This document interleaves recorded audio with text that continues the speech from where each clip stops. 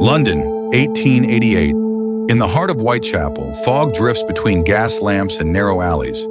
Life here is harsh, crowded, and restless. But soon these streets will become the center of a mystery the world never forgets. By day, the East End is alive with markets, workers, and everyday noise. But beneath the routine is a growing tension. Whispers about danger hiding in the night. Residents begin noticing a quiet figure wandering the foggy streets. A man in a long coat and hat, blending into the shadows. No one knows his name, and no one knows what he's capable of. Whitechapel after midnight is nearly silent. Only the sound of distant footsteps and the flicker of gas lamps break the darkness. It is in these hours that fear begins to spread. One night, officers are suddenly called to an alley. Something alarming has been discovered. The police react quickly, but clues are scarce and answers are even harder to find. By morning, crowds gather with confusion and fear. Rumors race through the streets, and the people of Whitechapel realize something dangerous is happening, close to home. Scotland Yard steps in to take control. Detectives sift through reports, interviews, and evidence, trying to understand who or what they are dealing with. Back in the alleys of Whitechapel, detectives search for anything that might explain the events, a dropped item, a strange footprint, a sign of struggle, but nothing leads them closer to the truth. Soon, newspapers catch the story. Headlines explode across London, turning the case into national news. And with attention comes fear that grows by the day. As word spreads, the East End changes.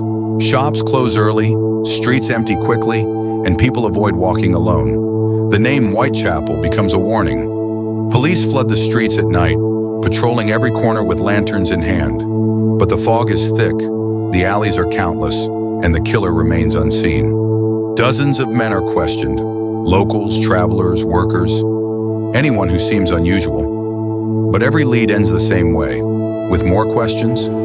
Then a letter arrives, addressed to the police, and signed with a chilling name, Jack the Ripper. Whether real or fake, the name spreads through London like wildfire. Later, another note appears, mysterious, taunting, and disturbing. Detectives study it carefully, unsure if it comes from the person they're hunting or from someone trying to fuel the panic. The people of Whitechapel refuse to stay helpless. Groups of men gather each night, walking the streets with lanterns, determined to protect their neighborhood. We have to find Despite endless interviews and hours of searching, the police have little to show. Maps fill up with marked locations, clues pile onto desks, but the mystery only deepens. Then, almost as suddenly as it began, it happens one last time. Police rush to the scene at dawn. Tension thick in the air, but even now, the killer slips away unseen. News spreads far beyond London. Across Europe, America, and the world, people read about the shadow terrorizing Whitechapel. The case becomes global overnight. As weeks pass with no new leads, the trail fades. Detectives close their files, believing the killer may have vanished, died, or escaped the city. More than a century later, the identity of Jack the Ripper remains unknown. The foggy streets of Whitechapel still hold their secrets, and the world still asks the same question. Who was the man who walked into the mist and was never found? Thanks for watching Emperor Crime Files. Don't forget to like, share, and subscribe for more mysteries and crime stories. And hit the notification bell so you'll know the moment we drop something new. Thank you.